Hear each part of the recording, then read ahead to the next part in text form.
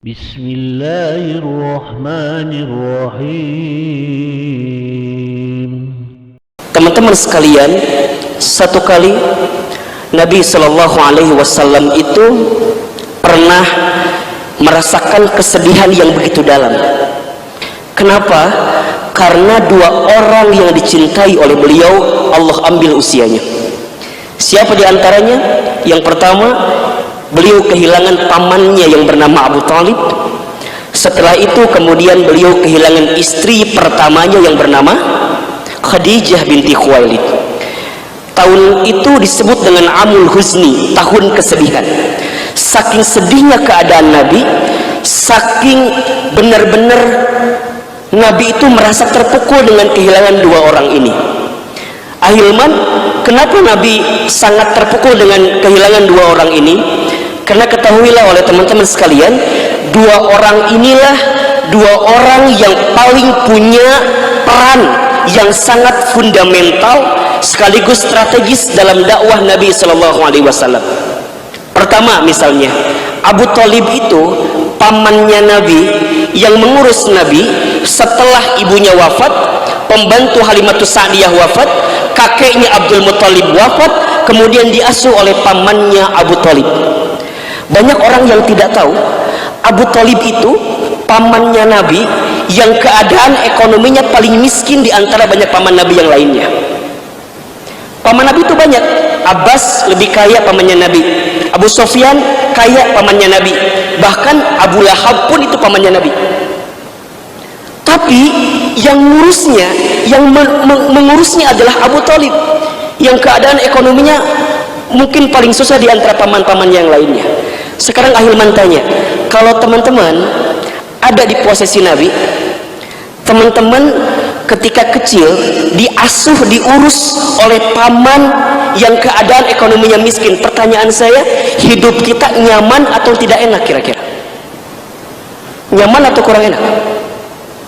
Teman-teman sering kan lihat misalnya apa gitu ya, orang yang tinggal bersama pamannya yang keadaan ekonominya miskin atau susah, barangkali tidak seenak yang kita bayangkan. Kebayang, ada satu kisah, satu kali Abu Talib itu di atas meja itu banyak makanan. Apa kata Abu Talib? Ya abna'i, anak-anakku, ta'ali, sini. Itu di atas meja ada makanan. Termasuk dipanggil Muhammad ketika itu. Ya Muhammad, sini. Ya Ammi, itu di atas meja ada makanan. Apa yang terjadi? Allahu Akbar. Ketika anak-anaknya datang, anaknya Abu Talib, kemudian Nabi Muhammad datang ketika itu, Abu Talib kaget karena melihat Nabi Muhammad bukan mengambil makanan di atas meja itu, tapi melihat Nabi Muhammad malah duduk di pojokan. Sampai Abu Talib kemudian bertanya kepada Muhammad ketika itu, apa pertanyaannya? Ya Muhammad, limadha an ta'khudha ta'aman minal maktab? Kenapa engkau tidak ambil makanan di atas meja itu? Apa jawaban Nabi ketika itu? Ya Ammi, wahai pamanku, seandainya aku inginkan makanan itu, maka aku akan makan setelah anak-anakmu selesai makan. Kalau makanannya masih ada sisa, aku akan ambil makanan itu. Tapi kalau tidak ada sisa, izinkan aku berpuasa hari ini. Dan itu kejadiannya bukan sekali, berkali-kali Nabi pernah merasakan hal itu. Belum lagi kisah-kisah yang lainnya. Jadi peran Abu Talib itu sangat luar biasa bagi pribadi Nabi. Begitupun perannya Khadijah, istri Nabi yang pertama.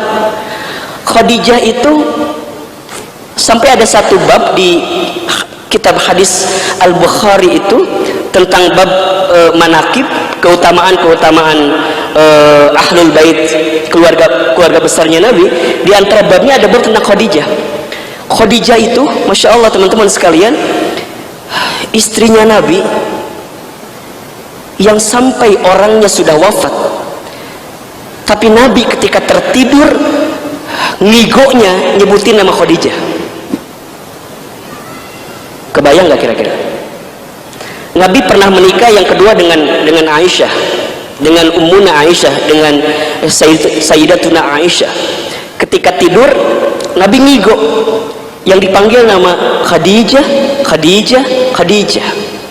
Sekarang saya tanya sama teman-teman, antum punya suami, nama antum Ida misalnya, kemudian suami antum manggilnya Ai gitu, kira-kira cemburu atau tidak? Kira-kira kebayang bagaimana perasaannya?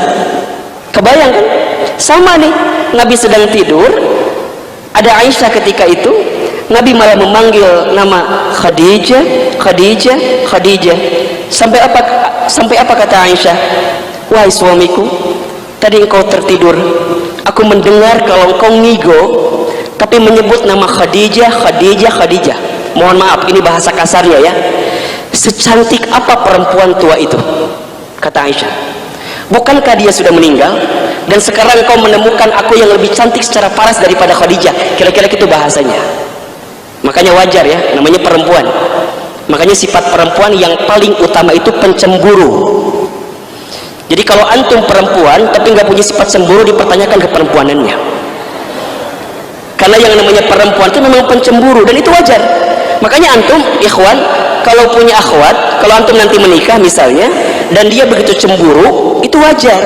Yang tidak boleh adalah berlebihan cemburunya. Kamu di mana?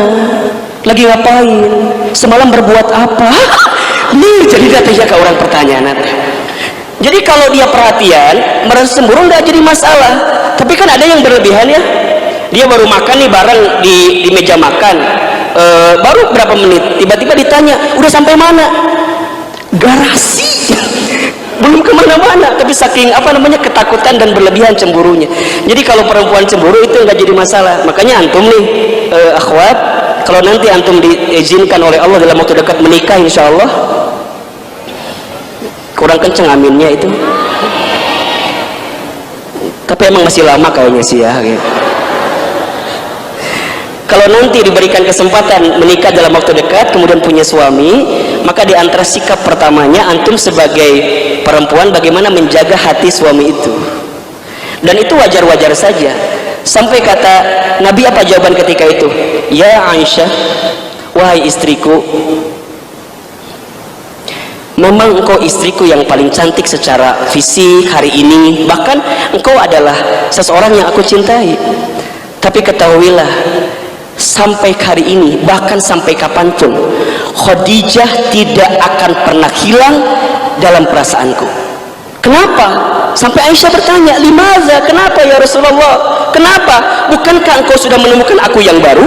Sudahkah engkau menemukan aku yang menggantikan Khadijah? Bukan.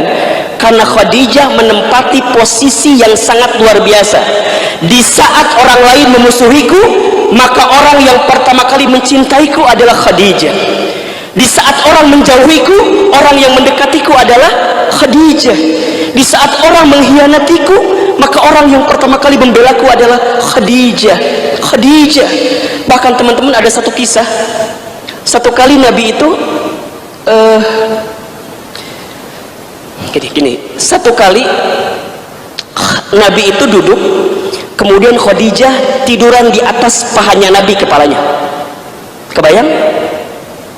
Nggak usah dibayangin ya, karena agak susah memang ya. Takutnya halu kemana-mana gitu ya. Tapi kira-kira begini, Nabi sedang duduk, tiba-tiba Khadijah tiduran, kepalanya di atas pahanya Nabi. Tiba-tiba saat Khadijah sedang tiduran seperti itu, Nabi nangis.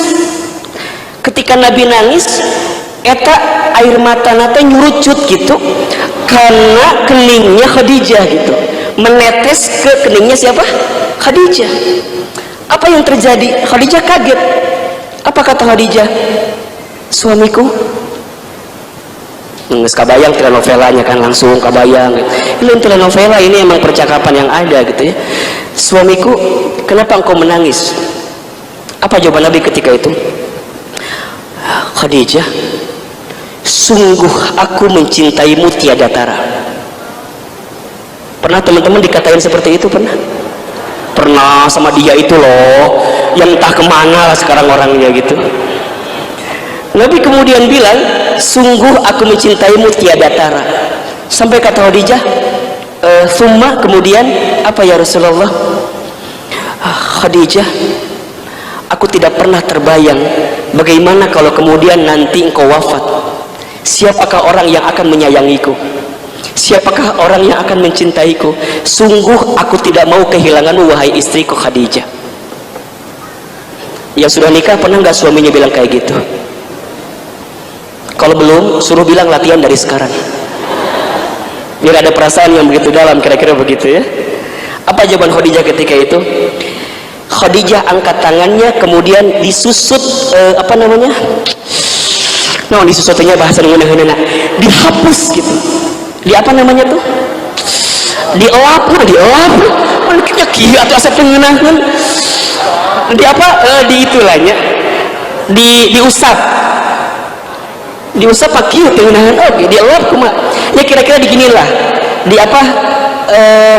Kalau dalam bahasa hadisnya itu yadin tahta minal ain, jadi tangan di atas tangan di bawah matanya, kira-kira begitu. Jadi kira-kira gini ya, lain kieu lain bisa kebayang gitu ya. Jadi dihapus itu air matanya, dihapus air matanya. Allahu Akbar. Ketika dihapus, apa kata Khadijah? Suamiku, demi Allah, kalau seandainya aku wafat, kemudian aku meninggalkan hartaku habis untuk mendukung dakwahmu, maka tolong gali kuburanku, gunakan tulang belulang tubuhku untuk mendukung perjuangan dakwahmu ya Rasulullah sallallahu alaihi wasallam.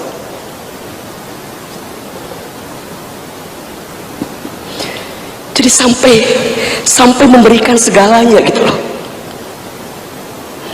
Kalau habis semua yang Khadijah tinggalkan, tolong gali kuburanku, jadikan tulang belulangku, jadikan tubuhku. Bahkan kalau engkau butuh jembatan untuk menyeberang ke jalan sana, dan engkau butuh tempat menuju ke sana, maka gunakan tulang belulang tubuhku untuk menyeberang dengan tubuhku itu, kata Khadijah alaihissalam. Makanya mohon maaf, sampai kapanpun Khadijah tidak akan pernah hilang dalam ingatan Nabi. Apa yang membuat Khadijah spesial? Karena Khadijah dalam kehidupannya bukan sibuk mempercantik fisiknya, tapi mempercantik hatinya. Maka tolong akhwat, antum sebagai akhwat, catat baik-baik, jangan terlalu sibuk mempercantik fisikmu, karena kecantikan fisik hanya membuat laki-laki menatap. Tapi sibuklah mempercantik hatimu, karena kecantikan hati membuatmu dan membuat ikhwan menetap dalam kehidupan antum. Catat buat status itu ya. Jangan sibuk mempercantik fisik, karena kecantikan fisik hanya akan membuat laki-laki menatap. Tapi sibuklah mempercantik hati, karena kecantikan hati akan membuat laki-laki menetap.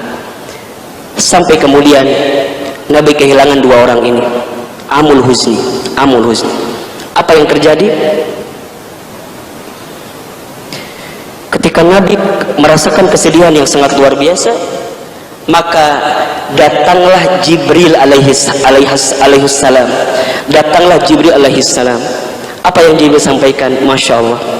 Ketika Jibril tahu Nabi sedang kondisi yang sangat gelisah luar biasa, apa kata Jibril? Ternyata Jibril memberikan wasiat kepada Nabi Muhammad SAW ketika itu, yang membuat Nabi bisa bangkit. Antara wasiatnya ada 3. Kata Jibril yang pertama, ya Muhammad, wahai Muhammad, ish ma syi'ta fa innaka mayyitun. Hiduplah kamu sesuka kamu ingin hidup, tapi ingat, kamu akan berjumpa dengan yang namanya kematian. Ini wasiat pertama. Jadi kalau seandainya saat ini Abu Thalib wafat, Khadijah wafat, maka tidak lama kemudian engkau pun akan bertemu dengan bab itu. Teman-teman sekalian, tidak ada yang bisa menguatkan hati kita untuk semakin mendekat kepada Allah kecuali zikrul maut, ingat kematian. Kata Nabi SAW, tidak ada nasihat yang paling berharga seseorang yang beriman kepada sahabat yang beriman kecuali ingat tentang kematian. Kalau ingat tentang kematian, berarti dia ingatkan untuk semakin ingat dengan Allah. Makanya kalau kata Ibnu Qayyim al-Jauziyah, seorang pakar tasawuf, pernah menyampaikan begini, Kalau antum mencari guru untuk belajar membaca Al-Quran, maka engkau akan mendapatkan banyak guru. Kalau engkau mencari guru untuk belajar fikih, maka engkau akan mendapatkan guru yang banyak tentang fikih itu. Tapi kalau engkau mencari guru yang mengajarkan engkau untuk mendekat kepada Allah, untuk ingat kepada Allah, lisannya, ingatannya, gerak-geriknya, aktivitasnya membuat engkau ingat dengan Allah, maka engkau akan menemukan guru yang seperti itu. Kalau sudah menemukan seseorang yang senantiasa mengingetin kita sama Allah, terus ingetin kita sama Allah, tauhidnya makin kuat, pegang erat-erat, jaga baik-baik. Karena kalimat yang akan membuat engkau selamat bertemu dengan Allah hanyalah kalimat Allah, la ilaha illallah. Maka kata Jibril ketika itu, hiduplah kamu sesuka kamu ingin hidup, tapi ingat, kamu akan berjumpa dengan yang namanya kematian. Kita ini semua sedang menghitung hari untuk berjumpa dengan jadwal kematian kita masing-masing. Kita nggak pernah tahu tentang kematian ini. Ada 3 misteri tentang kematian, kan? 1, al-awqatul maut, waktu kematian kita. Tidak ada yang tahu. Muda, tua, tidak jadi patokan. Yang masih muda jangan enjoy, karena yang namanya mati tidak mengukur tua ataupun muda. Begitu banyak hari ini yang usianya masih muda tapi diambil usianya oleh Allah Subhanahu wa ta'ala. Yang kedua, al-amkanul maut, tempat kematian kita. Tidak ada yang tahu di mana kita akan diwafatkan. Ada yang tahu di mana kita akan diwafatkan? Coba teman-teman yang ikhwan, antum mau nggak meninggal di masjid? Tolong jawab yang kencang. Mau meninggal di masjid? Oke. Jangan terkecoh, tanya dulu. Lagi ngapain di masjidnya? Palawur maring sound system maut di masjid, kan? Palawur. Maka ada yang ketiga, al-asbabul maut, sebab kematian kita.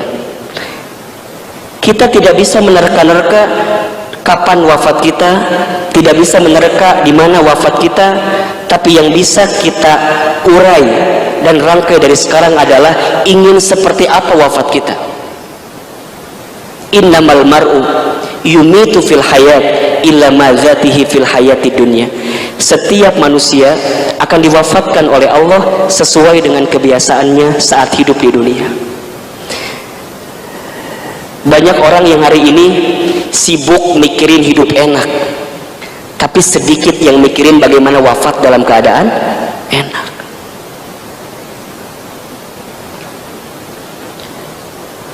Apa yang membuat Ahilman ingin terus istiqomah dalam dakwah? 1,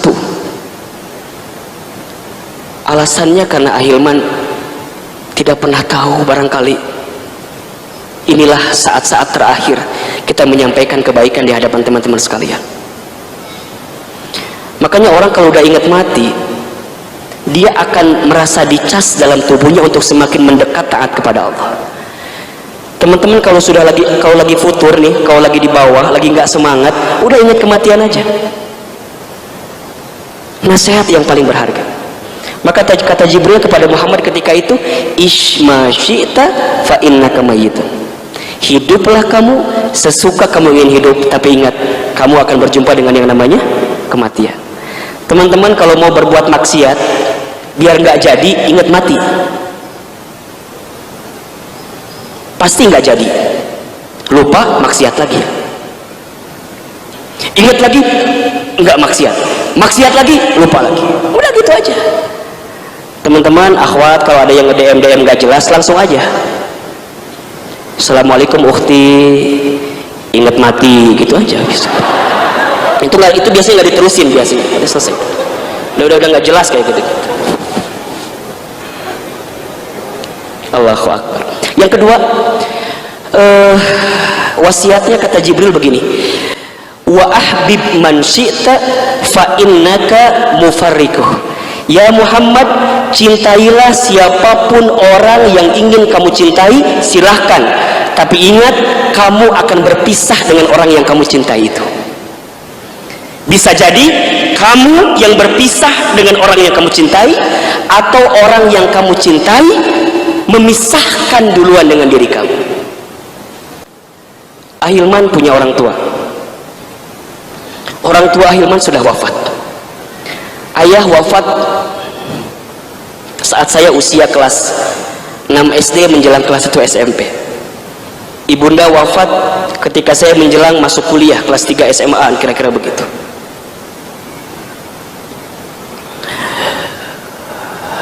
Saat saya ingat orang tua, saya tahu saya tidak bisa kembali untuk berjumpa dengan orang tua lagi karena sudah tiada, gak bisa. Tapi apa yang saya lakukan? Yang saya bisa lakukan hanyalah berdoa kepada Allah agar kelak anak ini bisa berjumpa dan berkumpul bersama orang tuanya di surga. Itu aja. Ahilman tahu percis bagaimana saya waktu kecil. Mungkin saat orang tua saya masih ada, saya belum sempat merangkai senyuman di wajah ibunda saya. Mungkin saat saya masih kecil, saya belum sempat merangkai kebahagiaan bagi ayahanda saya. Karena orang tua saya punya anak 9. Saya anak yang paling bungsu. Mungkin anak yang paling banyak nyusahin bagi orang tuanya. Dan capek ngurus, karena ketika saya lahir, usia orang tua saya itu udah sangat terlampau tua, barangkali begitu. Maka apa yang terjadi hari ini saat Ahilman diberikan kesempatan untuk belajar agama dan kemudian bisa menyampaikan kebaikan, maka Ahilman hanya minta kepada Allah, ya Rabb, jadikan setiap kebaikan yang saya sampaikan menjadi pahala yang mengalir bagi orang tua saya yang sudah wafat. Itu yang saya minta. Maka teman-teman mohon maaf ya, yang masih punya orang tuanya, nanti pulang ke rumah, pegang tangannya, cium tangannya, peluk tubuhnya, cium keningnya. Demi Allah, teman-teman akan kehilangan kesempatan untuk bisa mencintainya saat teman-teman sudah kehilangan usianya, bahkan sudah tidak lagi bersama dengan dirinya. Makanya kalau Ahilman pernah berpisah dengan orang tua Ahilman, kita itu hanya beda take off-nya saja. Kalau tujuannya sama surga, pasti ketemu lagi. Bahasa gampangnya kira-kira beginilah. Mungkin orang tua Ahilman take off-nya pagi tadi, Ahilman akan nanti take off jam 9 malam. Kalau tujuannya sama-sama surga, ketemu atau tidak? Pasti ketemu. Maka teman-teman sekalian, rangkailah dari sekarang. Kalaupun kita tahu kita akan bertemu dengan bab perpisahan dengan orang yang kita cintai, maka percayalah, kalau tujuannya sama yaitu surga, kita akan tetap dipertemukan dengan orang yang kita cintai. Itulah juga penguatan yang Jibril lakukan kepada Muhammad ketika itu. Ya Muhammad, ahbib man syi'ta fa innaka mufarriku. Cintai, silakan kau cintai, tapi engkau akan berpisah. Dan saat engkau berpisah, gak usah takut, gak usah bersedih berkepanjangan, karena engkau hanya beda waktu saja untuk take off bersama orang yang kamu cintai. Makanya teman-teman, kalau ada yang sudah menikah, walaupun kebanyakan di sini belum kayaknya gitu ya. Kalau ada yang sudah menikah, berjanjilah bersama pasangannya untuk sehidup sesurga. Ahilman dengan Teh Lina, suami istri di dunia, tapi mohon maaf, belum tentu kita berjodoh sampai di surga, belum tentu. Belum tentu.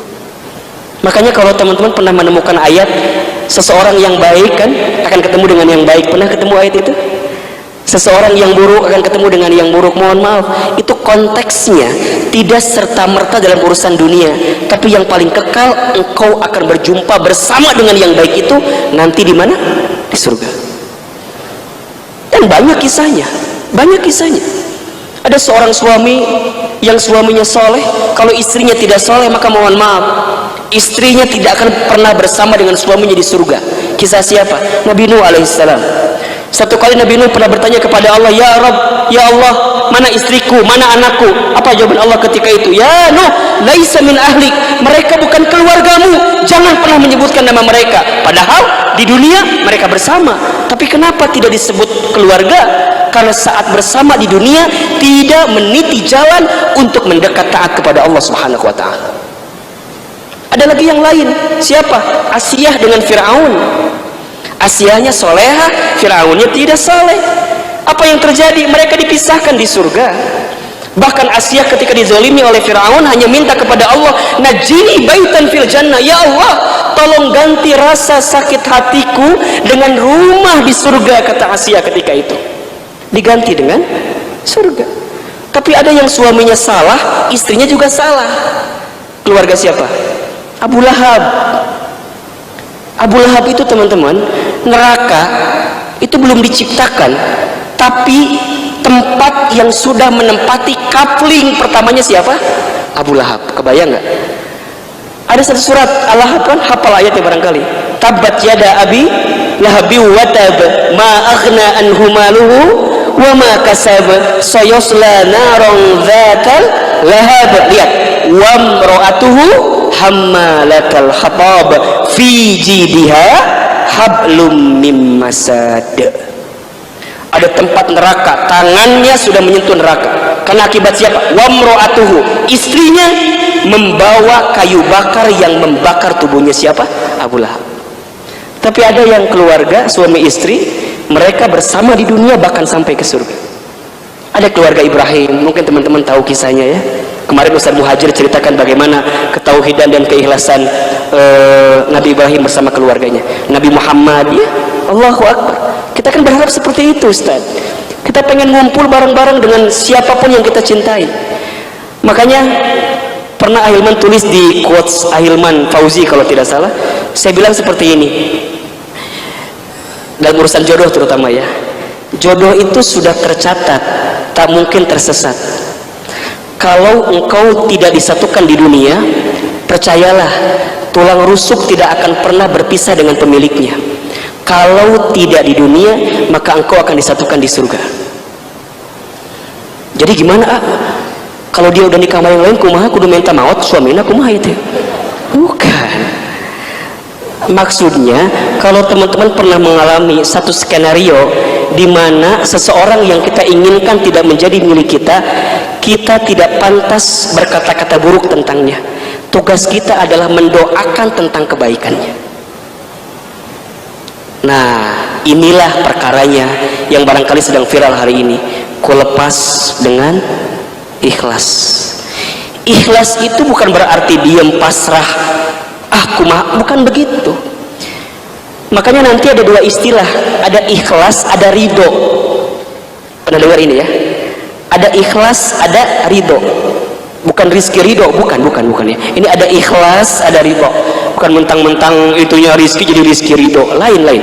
Jadi ada ikhlas, ada ridho. Apa bedanya Ahilman? Bedanya simpel. Ridho itu menerima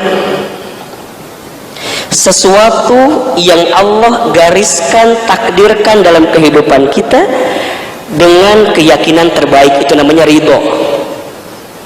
Tapi kalau ikhlas itu artinya memberi dan mempersembahkan sesuatu yang terbaik di mata Allah, karena Allah dan untuk Allah. Jadi beda konteksnya. Kalau ridho itu menerima, kalau ikhlas itu apa? Memberi. Berarti Ahilman tanya, ridho dulu atau ikhlas dulu? Oke, ini pertanyaannya dalam nih. Ridho dulu, ikhlas dulu? Itu liur atau kumaha ieu teh? Oke, teman-teman, dapat sesuatu yang tidak kita inginkan. Misalnya seseorang yang kita cintai lepas, hilang gitu ya. Kita dapat musibah. Ridho dulu atau ikhlas dulu? Oke. Ridho tadi apa artinya ridho? Menerima. Ikhlas memberi. Oke. Jadi ridho dulu atau ikhlas dulu? Oke. Kumaha sih ya teh? Asa teu nyambung kira-kira. Teman-teman dapat sesuatu yang tidak kita inginkan. Tugas kita pertama kali apa? Jangan pakai ridho sama ikhlas, jangan itu dulu deh. Tugas kita apa pertama kali? Nerima. Setelah itu apa? Memberikan yang terbaik dari apa yang kita terima itu. Untuk siapa? Untuk Allah. Allah dulu, Allah lagi Allah. Kan ada ayatnya di surat Al-Baqarah 155 sampai 157 itu kan. Lihat kalimatnya, walanabluwannakum bisyai'im minal khaufi wal ju'i wa naqsim minal amwali wal anfusi wath thamarati wa basyiris sabirin alladzina idza asabathum musibah qalu inna lillahi wa inna ilaihi. Lihat kalimatnya, kalau teman-teman dikasih musibah, tugasnya adalah inna lillahi, sesungguhnya ini milik Allah. Berarti apa? Terima dulu. Baru yang kedua, wa inna ilaihi rajiun, dan kita kembalikan lagi kepada Allah. Sesimpel. Jadi kalau teman-teman ditinggal nikah, halo, jelas kira-kira? Saya ulangi ya, teman-teman ditinggal nikah oleh orang yang sudah teman-teman bayangkan mengarungi rumah tangga dengannya. Dia sudah mengukir banyak hati di hati kita, sudah ngirim martabak berapa loyang di malam-malam kita, sudah sering ngajak ngebaso sama kita, sudah pernah ngirim mukena untuk sholat kita, sudah pernah ngirim Quran yang diambil dari Masjid Alumni IPB untuk kita, dan kita hafal betul itu Qurannya.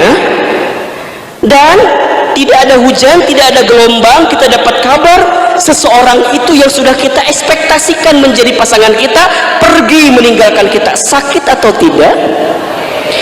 Di mana sakitnya? Di dia. Kepikiran kok kita teh ya. Tiba-tiba hilang. Teman-teman tidak punya daya upaya. Kadang banyak persoalannya, mungkin orang tua kita nggak setuju, mungkin sehingga dia nggak sabar, dia menemukan calon lain dan kemudian dia menikah dengan yang lain, atau dia memutuskan kita hanya dengan satu kalimat, kamu terlalu baik untuk aku, dan aku juga bingung apa jawabannya kalau begitu. Selesai. Atau barangkali karena ada satu masalah, teman-teman di WA sudah centang biru 2 kali tapi nggak balas-balas, kemudian dia marah berkepanjangan sampai melempar handphone padahal can lunas, liar pabaliut, dan kemudian dia kesel sama kita dan pergi meninggalkan kita. Banyak kisahnya. Terus apa yang kita harus lakukan, Ahilman? Kita nggak bisa mengulang sesuatu yang pernah terjadi, kita hanya bisa melangkah kepada waktu yang akan datang. So please terima, sudah. Ketika dia ngirim undangan nikah, ya sudah. Teman-teman kan nggak mungkin ngerobekin undangannya. Nah, jadi kieu salah iya. Liar guys, udah dia ngundang, terima. Ya udah baca, syukur-syukur baca, udah baca sama siapa nikahnya, ya sudah, di mana alamatnya. Kalau teman-teman punya nyali, punya keberanian, datang we, bawa kado, bawa, kalau punya duit itu mantong we, datang kan harus. Ya terus gimana? Lantas kalau dia nikah, kita mau diam di kamar di pojok? Emang kalau kita diam di kamar di pojok nangis, dia nggak jadi nikah gitu? Tetap we dia menikah gitu. Justru teman-teman tunjukkan ketegarannya. Seseorang yang tegar saat dia pernah merasa terjatuh, maka dia akan mendapatkan kekuatan dari terjatuh itu. Justru teman-teman tuh harus butuh disakiti gitu, butuh dizolimi, butuh dihianati, butuh mendapatkan sesuatu yang terluka, karena rasa sembuh saat kita sudah terluka itu akan menjadi kekuatan yang paling kekal dalam kehidupan kita. Percaya, semua orang hebat, semua orang tangguh, semua orang kuat, mereka pernah merasakan sesuatu yang paling dalam kehidupannya. Teman-teman jangan lihat Ahilman sekarang. Ahilman pernah terjatuh sejatuh-jatuhnya. Ceramah Ahilman, Allahu Akbar. Saya mulai ceramah itu dari kecil karena sering ikut Pildacil waktu itu. Teman-teman pernah tahu mungkin dulu di La TV ada Pildacil. Nah, ini salah satu alumninya nih. Alumni Pildacil. Di pesantren ada MTQ, Ahilman ambil Sarhil Quran, lomba ceramah, ikutan juga. Ikutan. Satu kali Ahilman pernah ceramah di 2011 kalau di Bogor barangkali, langsung ceramah dikasih masjid yang paling besar. Setelah itu apa yang terjadi? Ada salah satu pengurusnya kemudian bilang, emang nggak ada penceramah lain apa? Ini kan masjid besar, masa masjid besar yang ceramahnya anak kecil tadi? Saya pernah datang ke satu undangan ceramah, tiba-tiba di jalan hujan karena pakai motor. Nyampe tempat nges bubar, oh jelema. Gak ada. Saya pernah diundang ceramah satu kali, ternyata kata yang panitianya, Ustadz mohon maaf nggak jadi ceramah karena sudah ada penceramah yang lain. Ngeri Ahilman, ngeri, bahkan haredang ketika itu. Nah terus kumaha? Ya udah, Ahilman tuh baru tahu hikmah dibalik apapun itu bukan dulu tapi hari ini gitu loh. Makanya teman-teman nih yang pernah ditinggalkan oleh siapapun dan merasakan sakit, percayalah Allah sedang merangkai mengurai orang yang baik yang akan menggantikan orang itu. Kalau nggak hari ini besok, kalau nggak besok lusa, kalau nggak lusa minimal tahun ini, kalau nggak tahun ini mungkin tahun depan, kalau nggak tahun depan mungkin 5 tahun lagi. Kalau tidak di dunia pasti di surganya Allah Subhanahu wa taala. Maka lihat ayat selanjutnya kan, setelah teman-teman ridho dan ikhlas, lihat ayat selanjutnya, ulaika alaihim sholawatu mir rabbihim wa rahmah wa ulaika humul muhtadun. Lo lihat kalimatnya. Maka kalau orang sudah ridho, sudah ikhlas, maka lihat kata Allah, ulaika alaihim sholawatu mir rabbihim wa rahmah. Orang tersebut akan aku berikan kasih sayang. Demi Allah, jangan pernah mengharapkan kasih sayang dari manusia. Manusia itu hatinya, ucapannya, perkataannya mudah berubah. Tapi mintalah sandaran sayang terbaik kepada Allah Subhanahu wa taala. Karena nama pertama kali Allah dalam Asmaul Husna apa namanya? Ar-Rahman, Ar-Rahim. Maka kalau teman-teman pernah terluka dan merasa sakit sesakit-sakitnya hati ini, itu adalah kesempatan engkau untuk menengadahkan telapak tangan, bersujud dan katakan, ya Allah ya Rahman ya Rahim, ya Allah ya Rahman ya Rahim. Mungkin dia menyakitiku, tapi engkau tidak akan pernah menyakitiku. Mungkin dia meninggalkanku, tapi engkau tidak akan pernah meninggalkanku. Mungkin dia nikah dengan yang lain, ya Allah, mungkin aku tidak bisa menggagalkan pernikahannya. Hendak tidak lihat kumaha, aku tidak bisa ya Allah menggagalkan pernikahannya. Aku pernah ingin menjadi bagian dari cateringnya, aku diracuni ya makanan teh, tapi aku tidak bisa ya Allah kalau begitu. Terus gimana? Ya sudah, teman-teman saatnya minta sama Allah, ya Allah ya Rahman, ya Allah ya Rahman, ya Allah ya Rahman. Makanya kan ada doa ya yang diajarkan oleh Nabi kalau kita kehilangan. Mungkin doanya ada juga di Instagram Ahilman tuh. Kalau kehilangan doa itu, doa kehilangan, tahu kan ya? Allahumma ajurni fi musibati wa khlufli khairan minha. Sok catat atuh. Allahumma, ayo sama-sama. Allahumma ajurni fi musibati wa khlufli khairan minha.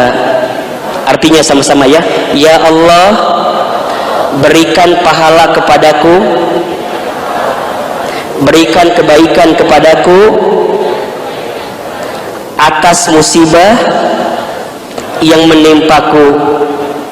Ya Allah, gantilah seseorang yang pernah hilang dalam hidupku dengan yang lebih baik dalam pandanganmu. Dah, simple. Baca itu insya Allah besok datang. Sah Ustaz, sahau hati. Sampai yang ketiga, ini wasiat Jibrilnya apa? Wa'mal masyita fa innaka mazyun bih. Berbuatlah kamu sesuka kamu ingin berbuat, tapi ingat kamu akan diminta pertanggungjawaban. Yang ketiga, berbuatlah kamu sesuka kamu ingin berbuat, tapi ingat kamu akan diminta pertanggungjawaban. Setelah itu kemudian Jibril mau pergi, Nabi kemudian bertanya, apa yang bisa mengangkat kemuliaanku dalam hidup agar aku bisa bertahan dengan keadaan ini? Kata Jibril alaihissalam waktu itu, sallu bil lail wan nasu niyamun. perbanyaklah sholat di waktu malam di saat orang lain sedang banyak tertidur.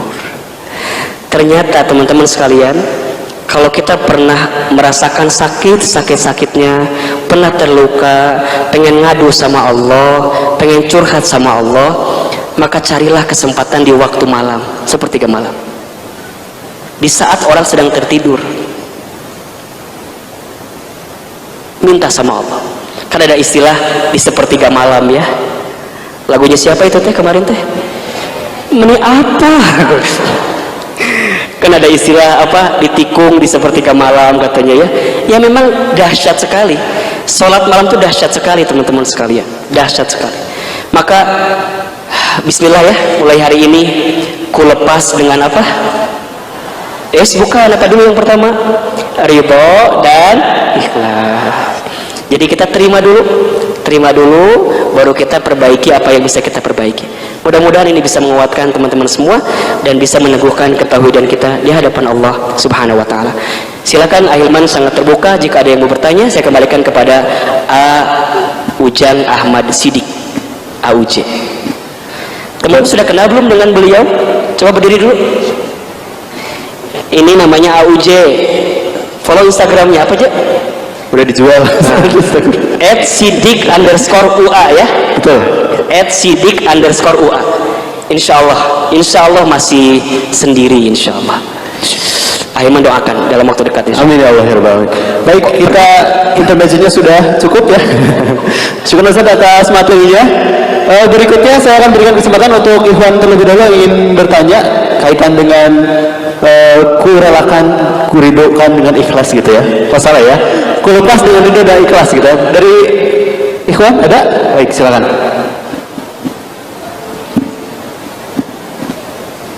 Assalamualaikum warahmatullahi wabarakatuh. Izin bertanya Ustaz Iman, jadi kan kemarin kakak saya itu ikutan tes SBMPTN. Nah sayangnya belum keterima, belum jodohnya gitu kan. Nah gimana sih cara ngasih taunya biar kakak saya itu lagi kan berhubung tamanya lagi pas juga nih, gimana sih biar kakak saya itu ridho dan atas yang dikasih sama dia tuh gimana sih? Terima kasih. Wassalamualaikum warahmatullahi wabarakatuh.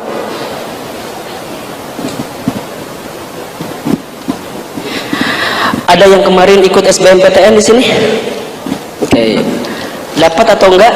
Enggak dapat. Ada lagi? Oke. Ada yang kemarin ikutan nikah massal ada? Enggak ada ya. Enggak dapat lagi. Baik, mungkin enggak dapat lagi. Allahu Akbar.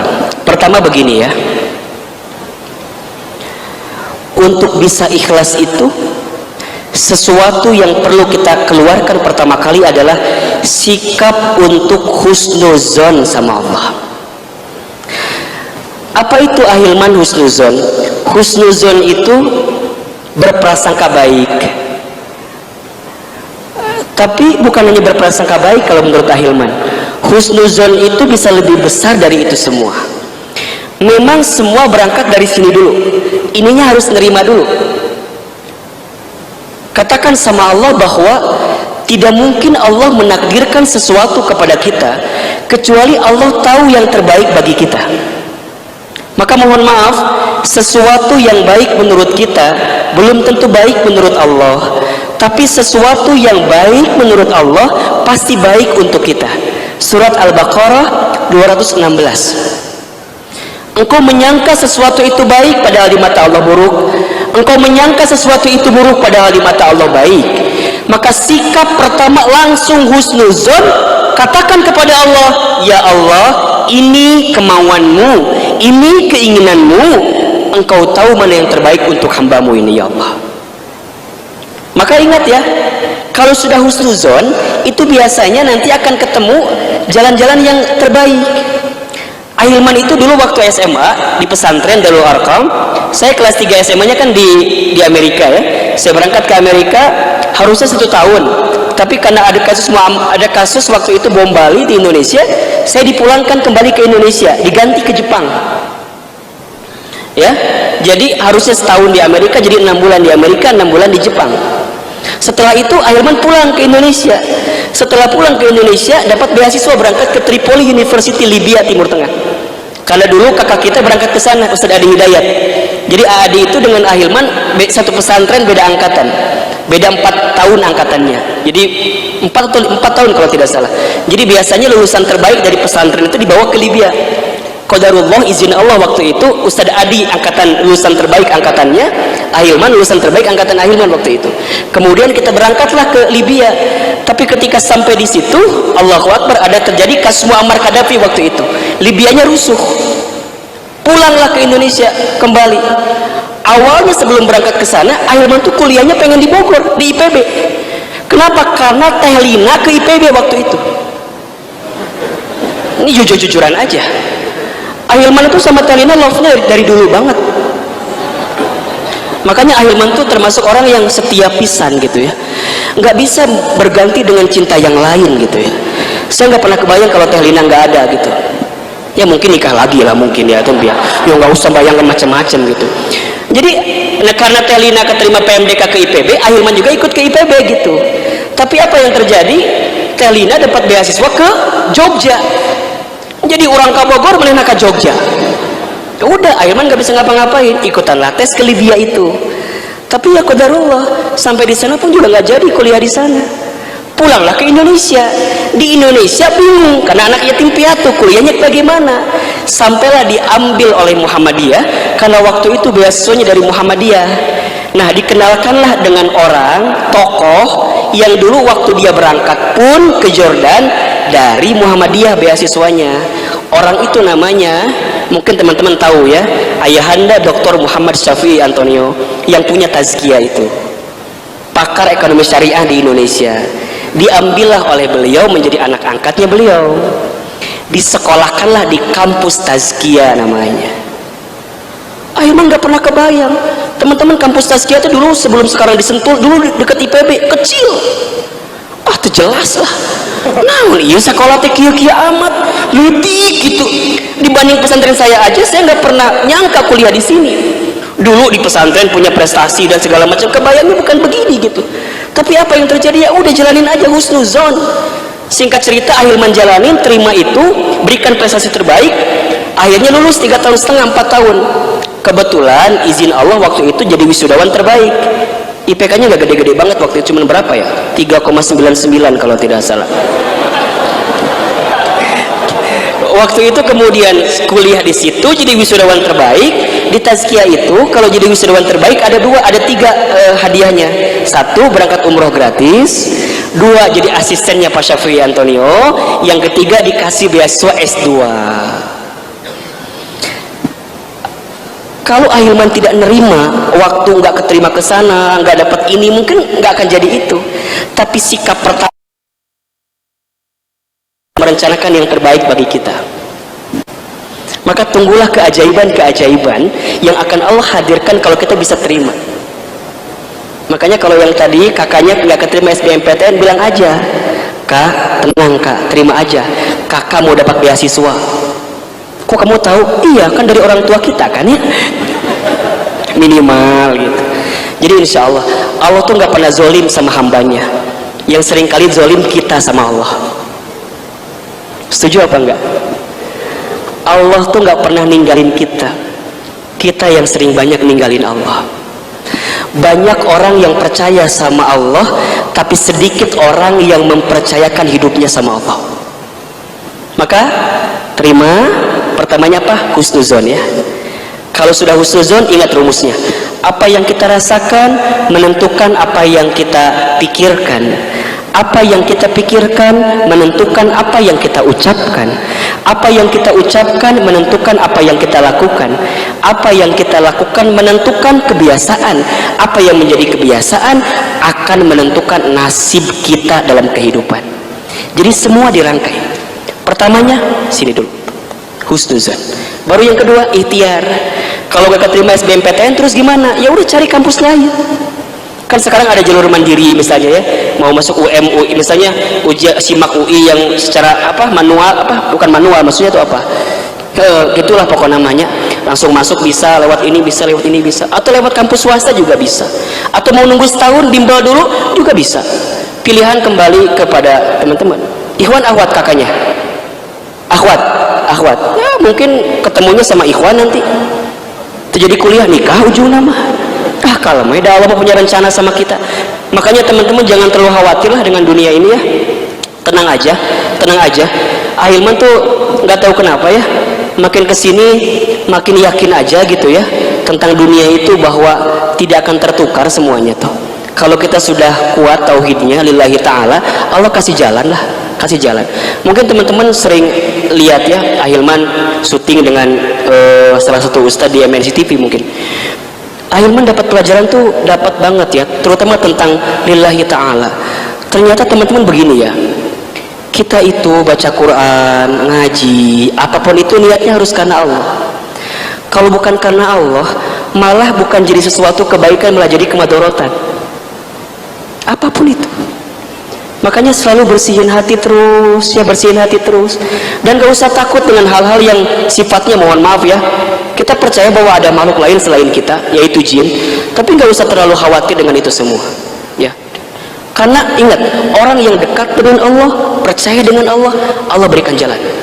Allah berikan jalan. Lillahi apa? Ta'ala. Itulah ikhlas yang terbaik. Ya mudah-mudahan itu bisa menjawab pertanyaannya. Salam buat kakaknya ya. Hadir nggak hari ini? Suruh hadir lah. Suruh hadir, nanti ada Afikri yang bisa menguatkan insya Allah. Ada Ahilman juga yang bisa menguatkan insya Allah. Ayo Fadol yang lain silakan. Baik, berikutnya dari akhwatnya ada yang ingin bertanya? Ada? Oh, di luar ya. Teteh mungkin karena sulit boleh dicatat aja, atau mau masuk memungkinkan tidak kalau masuk?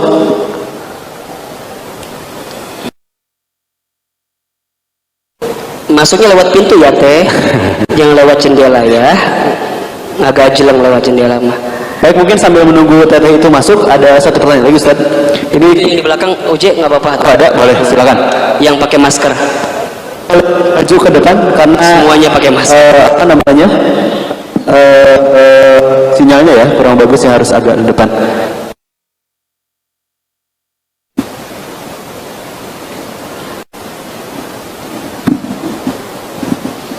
Assalamualaikum warahmatullahi wabarakatuh Ustadz. Selamat sore teman-teman semua. Mohon izin bertanya Ustadz. Tema untuk hari ini adalah kulepas dengan ikhlas. Di sini yang ingin ditanyakan, apabila kita sudah dekat dengan kerabat, mungkin sahabat, atau mungkin orang terdekat dalam artian sudah dekat sekali, di sini orang tersebut itu menyakiti kita, mengkhianati, padahal kita sudah percaya di situ. Nah, yang ingin jadi pertanyaan, sifat manusia itu kan ada merasa sifat dongkol ya Ustadz ya, sedih, dongkol, atau misalkan merasa dikhianati, itu seperti apalah. Yang jadi pertanyaan adalah, apakah kita bisa memberikan kesempatan kedua kali untuk orang tersebut, atau kita memaafkan namun sudah kita tidak memberikan jarak untuk orang tersebut, orang terdekat tersebut, mantan orang terdekat. Baik, itu aja Ustadz, terima kasih. Wassalamualaikum warahmatullahi wabarakatuh.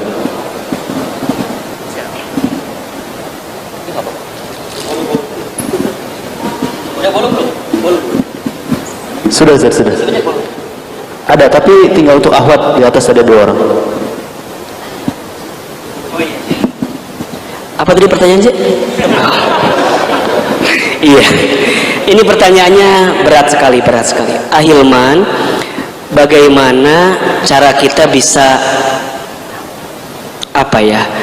menerima seseorang yang pernah mengkhianati kita, sudah kita maafkan, untuk yang kedua kalinya membuat kesalahan yang sama, kira-kira begitulah.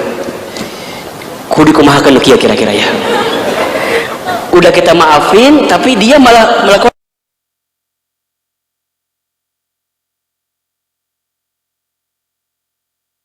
Ini pertanyaannya. Sabar itu ada batasnya atau tidak? Oke, yang jawab ada angkat tangan. Oke, yang tidak ada? Ini tuh ngacung naon jawabannya ya? Kieu we jempling sih kan tengah jawab. Mungkin ini beda perspektifnya ya. Cuman kalau Ahilman ditanya, sabar itu ada batasnya atau tidak? Saya akan jawab, sabar itu tidak ada batasnya. Yang membatasi sabar itu bukan kesabarannya, tapi kitanya. Karena sabar itu memang sesuatu yang Allah anugerahkan kepada setiap manusia. Makanya di antara nama Asmaul Husnanya Allah kan ada As-Sabar ya, Allah yang maha sabar gitu. Termasuk sabar apa? Dan itulah yang dianugerahkan kepada hambanya. Makanya kalau Ahilman ditanya, Ahilman gimana kalau ada orang yang berulang kali menyakiti kita? Maka jawabannya tetap sama, maafkan kesalahannya. Kesalahannya.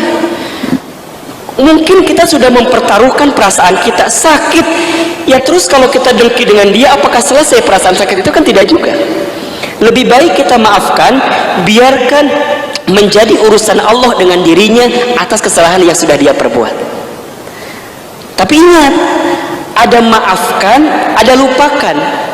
Sesuatu yang mungkin mudah dimaafkan mungkin susah untuk dilupakan. Betul apa enggak? Halo, betul tidak? Mungkin kita bisa memaafkannya, tapi kita tidak akan mudah melupakannya. Dan itu wajar. Itu wajar. Karena kalau ada kesalahan bukan semata-mata untuk dilupakan. Kadang kita butuh memori masa lalu untuk menjadi pelajaran cerminan tentang kejadian itu. Nabi misalnya, bukankah Nabi ketika berangkat ke Taif pernah dilukai kan? Dilempari dengan batu ya, sampai pelipisnya berdarah dan segala macam. Apakah sampai sekarang kita lupa dengan kejadian itu? Kan tidak. Kita umatnya ingat apa enggak kira-kira? Ingat, tapi jadi pelajaran, bahkan menjadi sirah, jadi sejarah yang bisa menguatkan kita. So please buat teman-teman semua di sini, jangan pernah membenci masa lalu. Karena bagaimanapun dia pernah hadir dalam kehidupan kita, bahkan pernah mendoakan kita dan mendukung kehidupan kita. Jangan pernah membenci masa lalu, karena bagaimanapun dia pernah mendukung kita, mendoakan kita, bahkan pernah hadir dalam kehidupan kita. Tugas kita ke depan, maafkan kesalahannya, maafkan kesalahannya, maafkan kesalahannya. Sampai kapan Ahilman? Sampai kita benar-benar habis usia untuk bisa memaafkannya. Dan percayalah, tidak ada yang bisa menyempurnakan hati kita kecuali rasa maaf kepada orang lain. Kalau teman-teman mau mendengki, capek. Maka oleh karena itu, setiap orang punya salah lah. Dan kalaupun kita punya salah, kita maunya dimaafkannya. Begitupun sama, kalau dia punya salah sama kita, ya maafkan kesalahannya. Apalagi untuk orang yang kita cintai. Karena cinta itu bukan meminta, tapi memberi. Cinta itu bukan mendengki, tapi memaafkan. Semakin besar rasa cintamu terhadap seseorang, maka semakin luas lapang perasaan maaf yang kau berikan kepadanya. Dengan satu kata alasan, aku mencintainya. Makanya kalau teman-teman berumah tangga, sekali istri punya salah, talak, bubar kawin itu jadi. Maaf. Suami ngeselin, jangan kemudian aku mau menyesal nikah sama kamu teh. Mendingan aku dulu sama si Udin nikah teh. Kamu menikah gini bla bla bla bla bla. Udah, maaf. Makanya ini rumus ya. Ini rumus buat yang sudah menikah. Ada 2 kalimat yang harus teman-teman rutinkan di rumah tangga. Pertama, terima kasih. Yang kedua, mohon maaf. Ahilman itu di meja makan ada tulisan. Di meja makan kalau buka mejanya ada tulisan, sudah bilang terima kasih atau belum? Nanti makan malam ada lagi di mejanya, sudah bilang minta maaf atau belum? Makanya nanti tanya Telina, Ahilman setiap hari bilang terima kasih berapa kali gitu? Banyak. Plus minta maaf pun sering. Minta maaf belum jadi suami yang baik, minta maaf belum bisa menjadi suami yang teladan, minta maaf sering kali ninggalin, minta maaf belum bisa memberikan yang terbaik. Termasuk terima kasih. Terima kasih. Kalau istri kita masak, misalnya masak sayur asem, nggak enak, apa kalimat yang keluar? Bisa masak tuh sih mana teh? Kiawa itu bisa. Teu enak gitu, teu enak, udah mas sayur asalna teu enak, ditambah ngomongnya teu enak, teu enakeun. Coba minum. Contoh ini kopi, contoh. Contoh, haus. Kopi, ternyata kurang gula. Teman-teman jangan bilang gini, hari mana bisa nyen kopi itu sih? Ngus kawin 10 tahun tuh bisa bedain gula jeung uyah ku aing geus bedakan uyah. Wah, panjang lieur. Cukup diminum langsung katakan, "Bun, makasih ya." Enak ya? Enak bisa. Nah, kalau mau lebih agak arif gini ngomongnya, enak gak ayah? Enak banget, bener.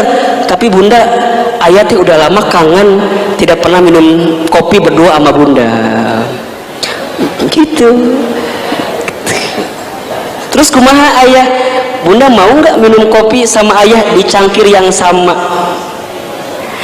Kalau suaminya baik, istrinya baik pasti akan mau. Atau mau ayah di mana tadi ayah bibirnya diletakkan di gelas sebelah mana gitu. Terus juga orang, bunda mau nggak minum kopi? Ambung sih corona.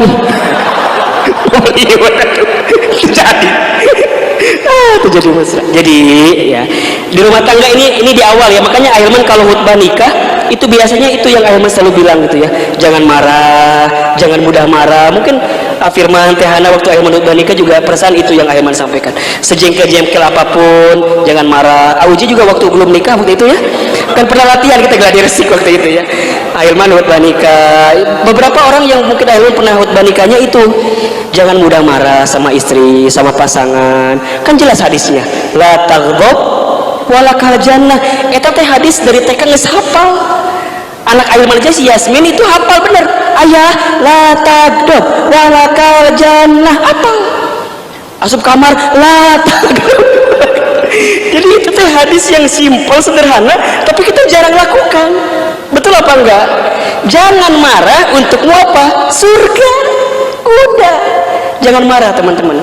Makanya kalau dia mengkhianati kita, menyakiti kita, kalau masih ada rasa maaf, maafkan. Tapi kalau udah jengkel, maknya sih atuh mau tetap dengan orang yang sama, ganti we dengan yang lain. Jangan, ini dunia ini terlalu luas untuk berpatokan pada satu orang itu. Akhwat antum, air mata antum jadi tidak bermanfaat untuk menangisi orang yang pernah menyakiti hati kita. Tinggal ke lieur gitu mah. Dia banyak ikhwan teman hijrah, banyak. Tinggal pilih. Antum juga ikhwan di sini akhwat banyak, tinggal pilih. Pertanyaannya dia mau nggak sama antum? Kan itu aja sih. Sesimpel lah ya teman-teman, siapkan infak terbaik sebelum kita doa muhasabah sama-sama. Infak kita akan menyelamatkan diri kita, mengangkat derajat kehidupan kita, dan mengabulkan doa-doa kita semua. Ya, berikan infak terbaik. Ini Ahilman ajar ini. Sebelum berinfak, di hati itu kudu ngegantes dulu, bilang hajatnya apa gitu. Ya Allah, saya pengen ini, pengen dapat. Sama-sama kita sholawat. Teman-teman ofisial dibantu agar jamaah bisa berinfak yang terbaik.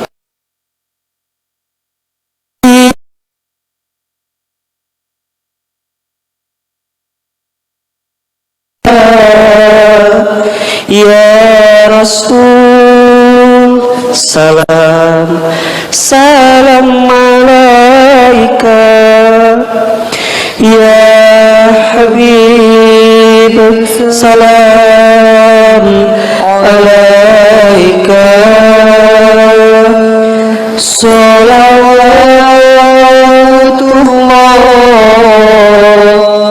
alaika. Ya Nabi, salam alaika. Ya Rasul, salam alaika. Ya Habib, salam alaika. Salawatullah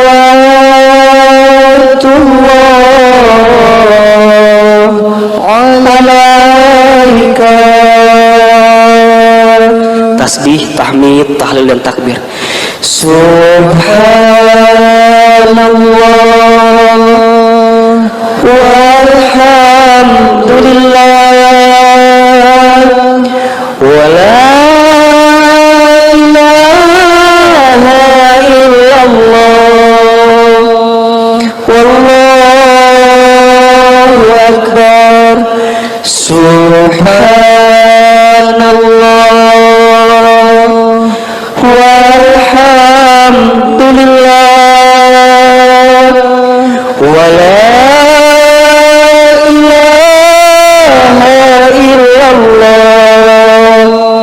wallahu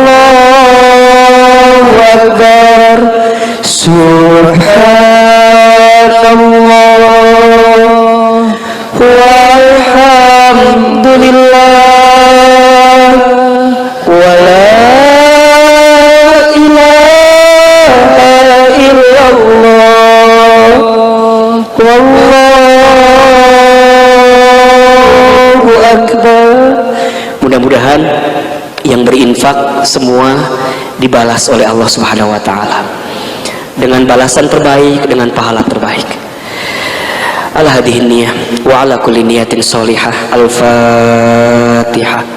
Auzubillahi minasyaitonir rajim. Bismillahirrahmanirrahim. Alhamdulillahirabbil alamin. Arrahmanir rahim.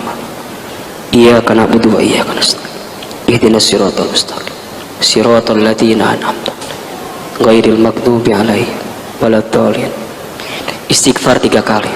Astaghfirullahal azim, astaghfirullahal azim, astaghfirullahal azim.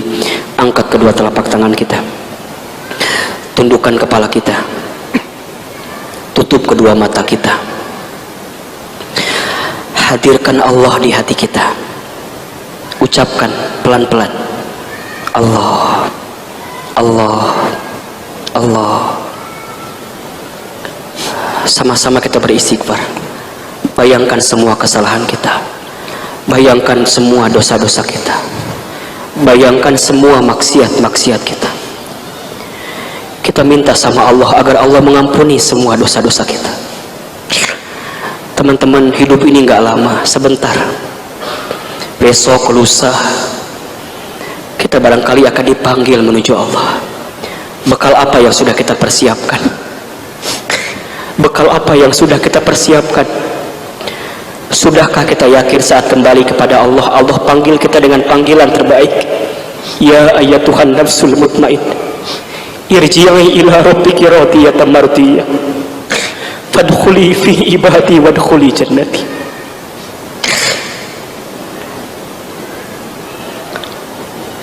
Astaghfirullah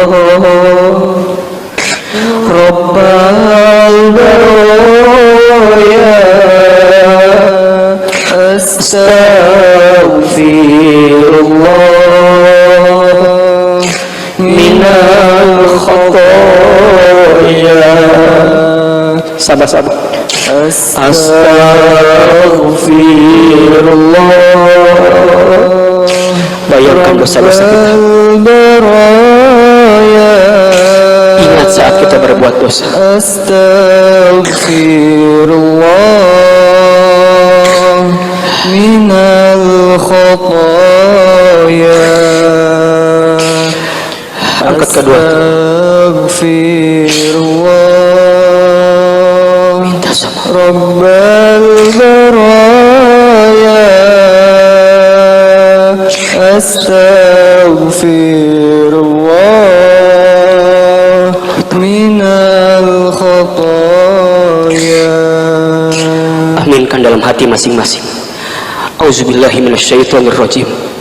Bismillahirrahmanirrahim. Alhamdulillahi rabbil alamin. Allahumma salli ala sayyidina Muhammadin wa ala alihi wa ashabihi ajma'in. Ya Allah ya Rabb, ya Allah ya Rahman ya Rahim, Engkau yang maha pengasih lagi maha penyayang.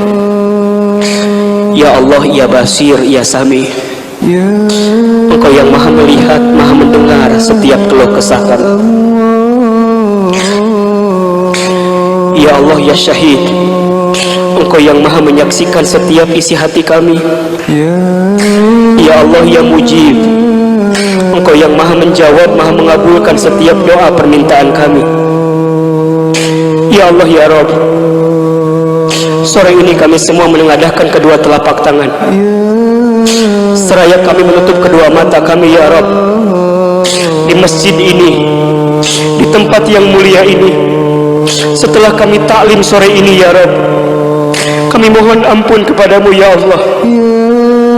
Siapapun di antara kami yang pernah berbuat dosa, siapapun di antara kami yang masih sering berbuat dosa, siapapun di antara kami yang tidak pernah terhitung berapa banyak maksiatnya, siapapun di antara kami ya Allah yang kotor hatinya, siapapun di antara kami ya Allah yang jahat kelakuannya, siapapun di antara kami ya Allah yang buruk masa lalunya,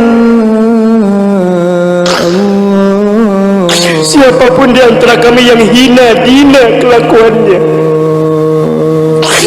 ya Allah ya Ghafar, ya Allah ya Ghafur, kami mohon di sore hari ini kepadamu ya Allah, ampuni semua dosa yang pernah kami lakukan ya Allah.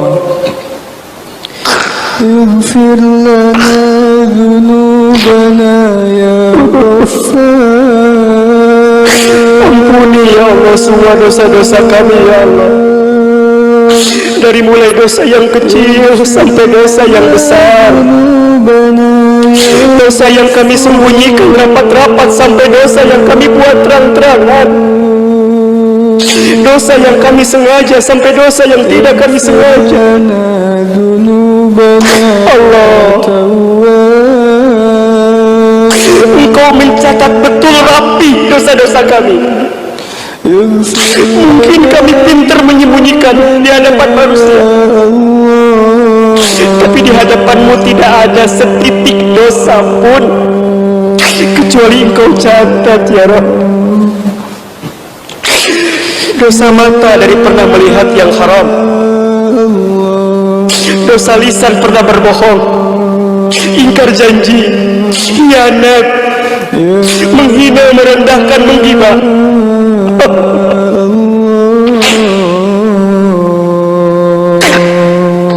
Dosa tangan dari pernah bersentuhan dengan yang haram, pernah mengambil menyentuh yang haram. Dosa perut dari mungkin pernah makan minum harta yang haram. Bahkan dosa kaki dari pernah melangkah ke tempat maksiat. Allah, ternyata dosa kami banyak ya Rabb,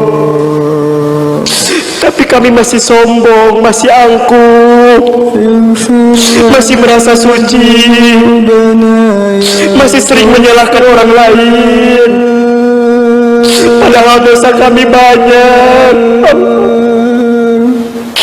اغفر لنا ذنوبنا يا غفور. Bahkan mungkin di antara kami ada yang pernah berzina ya Rabb. اغفر لنا ذنوبنا يا تواب. Apalagi mungkin di antara kami ada yang pernah durhaka kepada orang tuanya, ada yang pernah menyakiti hati orang tuanya, ada yang pernah menyinggung perasaan orang tuanya, ada yang pernah menyakiti hati orang tuanya, membuat menangis orang tuanya. Teman-teman, kita doakan orang tua kita masing-masing. Kita mulai yang pertama, hadirkan wajah ibu kita masing-masing. Dekatkan wajah ibunda kita, bayangkan wajahnya. Dialah perempuan yang paling kuat, paling hebat, mengandung kita 9 bulan, melahirkan kita hidup mati, menggendong kita beratnya luar biasa.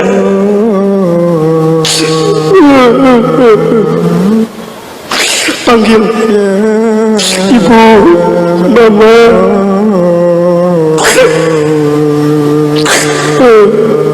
Berapa kali kita menyakiti ibunda kita, pernah bilang membantah, cuek, pernah jauh, marah. Bayangkan teman-teman,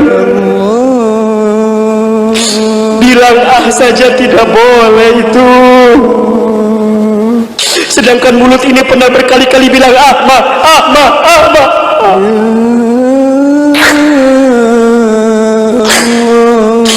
Ya Allah, kami mohon untuk ibunda kami ya Allah.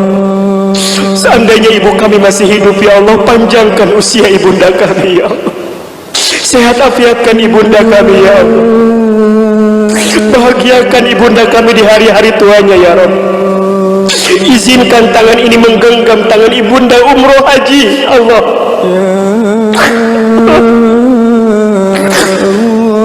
Halalkan semua darah yang pernah keluar karena mengandung melahirkan kami.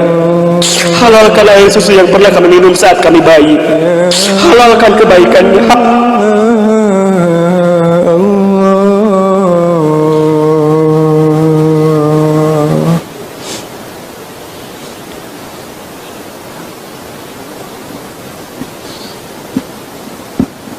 Kami mohon kepadamu ya Allah untuk ayahanda kami. Hadirkan wajah ayah kita, laki-laki yang paling hebat, paling tangguh, banting tulang mencari nafkah untuk kita. Kami mohon kepadamu ya Allah, sehatkan ayahanda kami ya Allah. Jangan wafatkan ayah kami sebelum kami membahagiakan ayahanda kami ini ya Allah. Allah, seandainya orang tua kami sudah wafat ya Allah, kami mohon ya Allah, titip salam rindu kami kepada orang tua kami ya Allah. Allahu Akbar. Ya Allah, kumpulkan kami bersama orang tua kami nanti di surgamu ya Allah. Teman-teman, silahkan berdoa hari ini sesuai dengan hajatnya, keinginannya, harapannya, masalahnya. Ayo belajar ya, berdoa masing-masing, berbisik sama Allah, bilang apa hajat kita, apa yang menjadi persoalan kita. Ya Allah, bihamdik.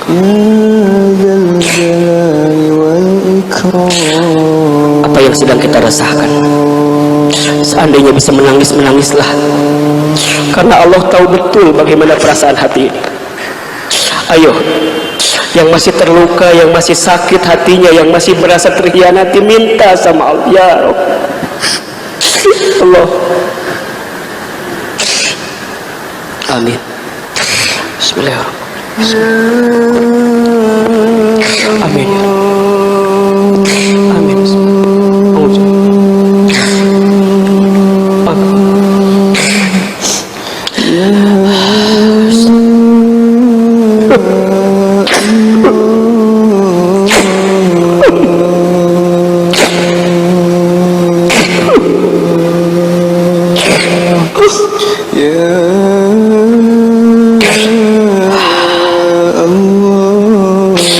Ya Allah, hamba yakin sebanyak apapun dosa hamba, ampunanmu lebih luas ya Allah. Serumit, sesulit apapun masalah hamba hari ini ya Allah, Engkau pasti punya jalan keluarnya ya Allah ya Rabb. Teman-teman angkat kedua telapak tangannya, aminkan dalam hatinya masing-masing.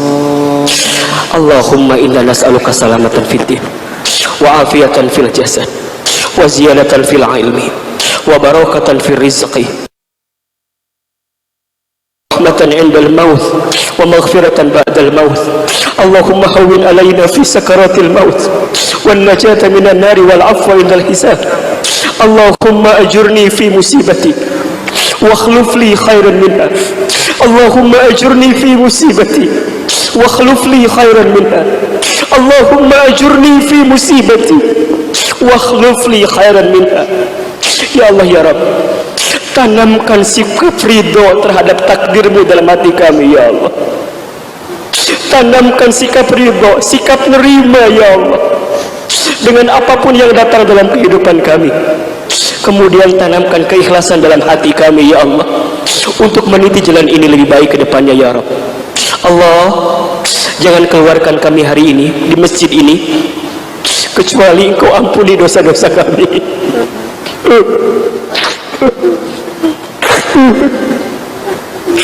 Jangan keluarkan kami dari masjid ini ya Rabb kecuali Engkau ampuni dosa-dosa kami. Jangan Engkau keluarkan kami dari masjid ini ya Rabb kecuali Engkau berikan ketenangan dalam hati kami ya Rabb. Lapang, tenang, ridho, ikhlas.